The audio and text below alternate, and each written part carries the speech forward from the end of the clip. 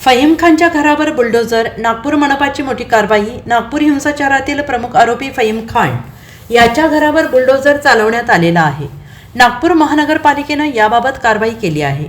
नागपूरच्या टेकानाका परिसरात घर बांधताना फहीम खान यांनी अतिक्रमण केल्याचं दिसून येताच ते आज 24 मार्च रोजी हटवण्यात येत आहे। हे अतिक्रमण हटवण्यासाठी महानगरपालिकेने आरोपी फहीम खानच्या कुटुंबाला नोटीस बजावली असल्याची माहिती समोर आली आहे आणि त्यामुळे आता नागपूर हिंसाचार प्रकरणी फहीम खानच्या अडचणी आणखीन वाढणार आहेत।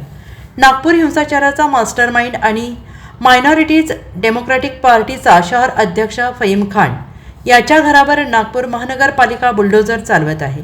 त्याच्या 30 वर्ष लीजवर घेण्यात आलेल्या घरात अनधिकृत बांधकाम करण्याचे लक्षात येताच ही तोडक कारवाई करण्यात येत आहे। संजय बाग येथील फहीमचे घर पूर्णपणे जमीनदोस्त करण्यात येत आहे। घराच्या पहिल्या मजल्यापासून ही तोडक कारवाई करण्यात येते आहे।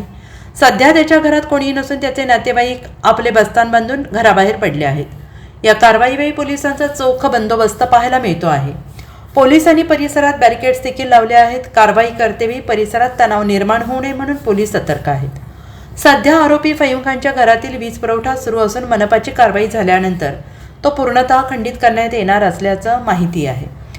या तोडक कारवाईवरून राज्य सरकारला कोणीही कायद्यापेक्षा मोठा असू शकत नाही। सामाजिक सुरक्षा धोक्यात आणणाऱ्यांवर कठोरात कठोर कारवाई केली जाईल हे सुचवायचं आहे।